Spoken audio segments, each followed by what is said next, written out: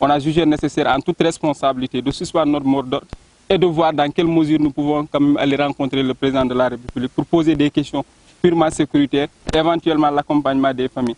Allant dans ce sens, nous avons eu quand même l'opportunité à se rendre au niveau du palais de la République et à poser des questions purement sécuritaires.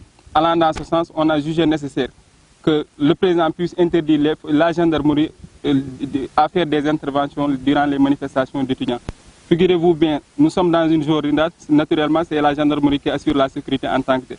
Et étant donné la complicité donc, des dossiers militaires, parce qu'on a eu à gérer le dossier du camarade Mohamed Falloussen, ce qui fait que pour beaucoup plus d'intelligence par rapport donc, aux éventuellement des manifestations, on a jugé nécessaire afin que le président puisse prendre des décisions, afin que véritablement donc, la police civile puisse intervenir. Et dans ce cas de figure, lorsqu'il y a des incidents, ils seront jugés au même titre que vous et moi. Ce qui fait qu'on a allé à demander cette rencontre. Hormis ça, il y avait des forces de défense et de sécurité qui étaient là, qui ont eu à entourer les différentes issues de l'université, qui posaient beaucoup de problèmes en ce moment-là. Donc, allant dans ce sens, on a jugé nécessaire que les forces de défense et de sécurité devaient quitter l'enceinte de l'université en tant que telle. En dépit de ça, il y avait également donc, des questions d'accompagnement de la famille. Figurez-vous, on a été donc à Cabrousse, éventuellement à Kédougou. On a vu la situation des familles en tant que telle.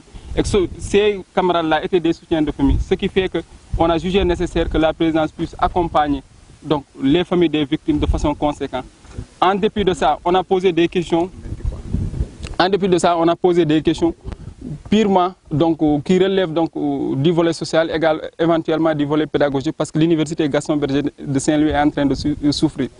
En dépit de ça également, donc, on a posé des questions donc, relatives donc, à l'attitude irresponsable du ministre de l'Enseignement supérieur et de la Recherche qu'on n'a pas eu à manquer donc, devant le président de la République.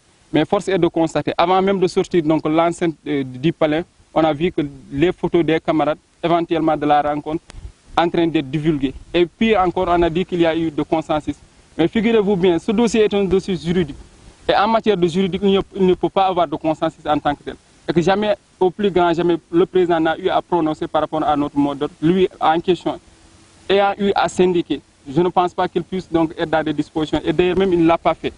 Donc c'est déplorable de voir que la communication de la présidence accentuée sur le fait qu'on a eu un consensus. Et en dépit de ça, nous avons saisi Amnesty International. Nous avons également saisi donc, la CPI pour quand même effectivement que justice puisse être rendue, que ce soit à l'échelle nationale, que ce soit à l'échelle internationale. Et allant dans ce sens, nous sommes beaucoup plus déterminés donc, à mener au bout de ce combat-là. Allant dans ce sens, la famille a porté plainte. D'ailleurs, même au retour, au niveau du palais de la République, on a accompagné la famille au niveau de l'instance ici à Saint-Louis pour déposer la plainte en tant que telle. Maintenant, ils sont dans une logique de faire une loi d'amnistie, mais en dépit de ça, nous sommes prêts à mener le bataille au niveau international. Et d'ailleurs, même la Cour pénale internationale a été saisie allant dans ce sens.